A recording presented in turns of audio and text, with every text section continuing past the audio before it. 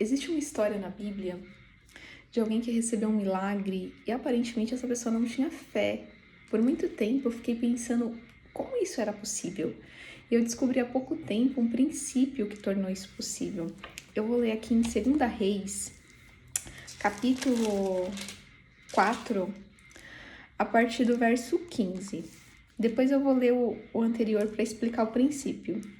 Disse Eliseu: chama-a. Chamando-a, ela se pôs à porta e disse-lhe o profeta, ou seja, disse Eliseu: por esse tempo, daqui a um ano, abraçarás um filho. Ela disse: não, meu senhor. Homem de Deus, não minta a tua serva. Isso foi no versículo 16. No 17 fala: concebeu a mulher e deu à luz a um filho no tempo determinado, quando fez um ano, segundo o que Eliseu lhe dissera. Mas veja, quando o profeta fala para ele, Eliseu responde a Geazi, que é o seu servo: chame-a. E chamando ele, se pôs à porta. Disse-lhe o profeta, disse-lhe Eliseu: por esse tempo, daqui a um ano, abraçarás um filho. E ela disse: não, meu senhor. Homem de Deus, não minta a tua serva. Ela não acreditou. Ela não acreditou, ela não disse que bom, ela não agradeceu. E se você olhar nessa história, o que vai acontecer? Ela tem um menino, o menino cresce, o menino fica com alguns anos. E aí chega um momento em que ele se sente mal, vai até o pai e aí ele fala: pai, minha cabeça tá doendo. E aí a mãe, no versículo 19, disse ao pai: ai, minha cabeça. Então o pai disse ao seu moço: leve-o para a mãe. Ela tomou o menino, levou a sua mãe, colocou sobre os joelhos, ficou sentado até o meio-dia e ele morreu. Aí ela vai atrás do profeta. Quando ela encontra o profeta, no versículo 28, fala assim: disse ela: pedi eu ao meu senhor algum filho? Disse eu, não me enganes. Disse o profeta Geazi: cinge os lombos, toma o meu bordão contigo e vai. Ou seja, o profeta prometeu um filho para ela.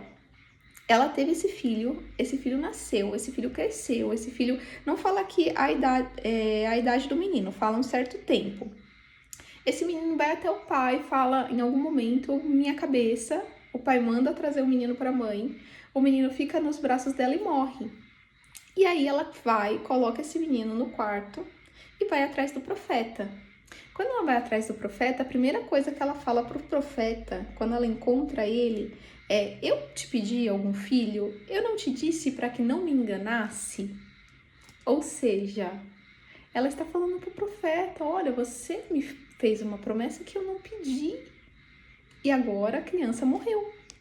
E o profeta vai na história, se você ler, é o capítulo 2 Reis, segundo livro de Reis, capítulo 4. Essa história ela começa, para você entender todo o contexto, a partir do versículo 8. Mas a partir do versículo 19, o menino morre. E aí vai ter toda a história, no versículo 28 ela fala com o profeta, e aí ele vai ser ressuscitado, o menino vai ser ressuscitado. No versículo 36, ele chama, então chamou a Geazi e disse: chama a sunamita. Ele a chamou, e apresentando-se ela ao profeta, esse lhe disse: toma teu filho. No versículo 37, ela entrou, lançou-se aos pés dele, prostrou-se em terra, tomou seu filho e saiu. Então, depois que o menino ressuscita, a primeira coisa que ela faz, é agradecer, é honrar o profeta. Ela entra no quarto. O profeta fala para ela: toma o teu filho.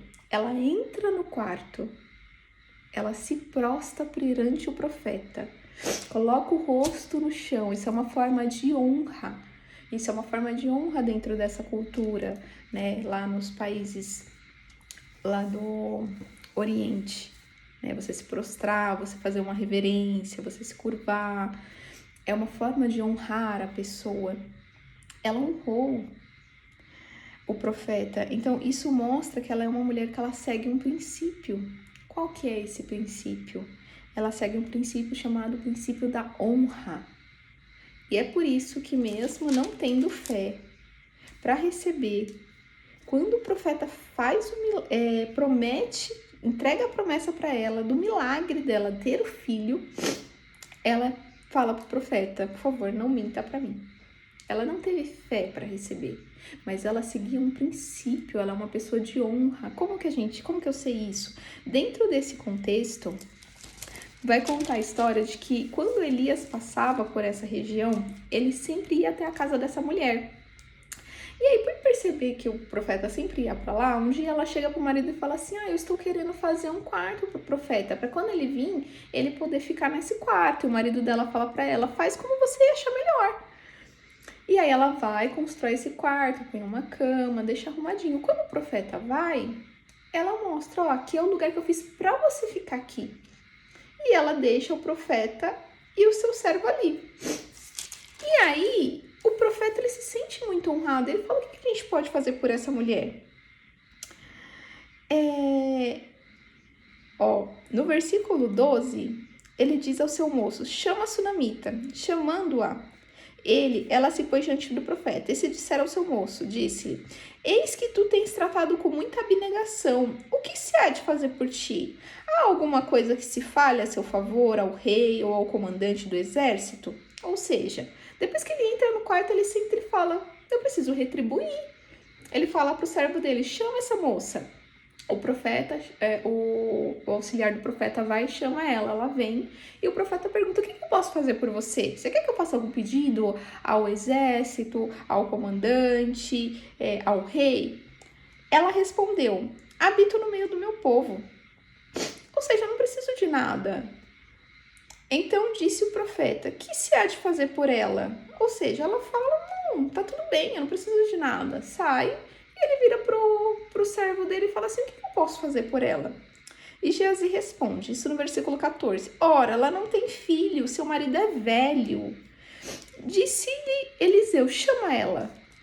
Chamando ele, ela se pôs à porta. Disse-lhe o profeta, por esse tempo, daqui 1 ano, abraçarás um filho. E ela respondeu, não, meu senhor. Homem de Deus, não minta a tua serva. Que foi onde começamos. Então, ela segue um princípio, o princípio da honra. Então, o profeta ia por aquela região. Ela já começou que ela convidava o profeta para vir na casa dela e ficar se hospedando ali. Passado o tempo, como ela percebeu que o profeta sempre ia ali, ela honrou ainda mais, separando um lugar para ele. Então, muitas vezes, o que nós precisamos na nossa vida é honrar aquelas pessoas que estão próximas de nós. Veja, primeiro ela reconhece que ele é homem de Deus. Até mesmo quando ela não acredita naquilo que vai acontecer, ela fala, meu Senhor, homem de Deus. Então ela é uma pessoa que vive pelo princípio da honra. E mesmo quando ela não concorda com algo, quando ela não acredita em algo, ela continua seguindo esse princípio da honra. E mesmo no momento de muita dor, que é quando seu filho morre, e ela chama o profeta vai até a casa, ressuscita o menino, chama ela e fala, olha, toma o teu filho. Ela não vai abraça e agarra o filho pela primeira, como um impulso, como um primeiro impulso. A primeira coisa que ela faz é honrar o profeta, ela se prostra. Essa é a importância do princípio da honra.